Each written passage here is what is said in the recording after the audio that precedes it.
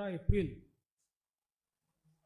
हा दिवस अशी अपेक्षा होती की देशाच्या राजकीय आणि सामाजिक वाटचालीतला एक महत्त्वाचा दिवस ठरेल, ज्याला watershed movement in Indian history म्हणू शकू अशा प्रकारचा दिवस असेल. कारण त्या दिवशी महिला आरक्षणाचं विधेयक हे मंजूर होणार होतं आणि सर्व लोक याला मदत करतील अशा प्रकारची अपेक्षा देखील होती. पण दुर्दैवाने काँग्रेस असेल, तृणमूल असेल, DMK असेल, उबाठा असेल, शरद पवार राष्ट्रवादी असेल, समाजवादी पार्टी असेल, अशा सगळ्या पक्षांनी आपल्या महिला विरोधी मानसिकतेचं प्रदर्शन करत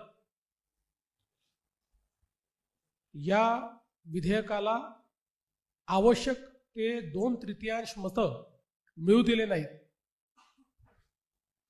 70 कोटी महिलांचा विश्वासघात करत या विधेयकाची भ्रूणहत्या ही विरोधकांच्या वतीनं करण्यात आली.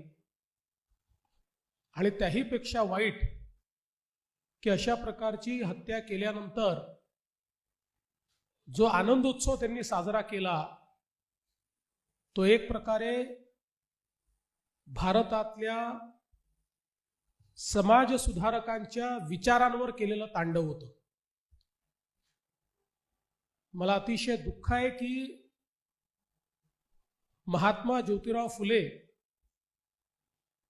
यांची 200वी जन्मशताब्दी ज्या वर्षी चाललेली आहे त्या वर्षी महात्मा ज्योतिराव फुलेंच्या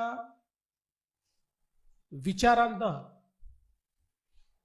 तिलांजली देण्याचं काम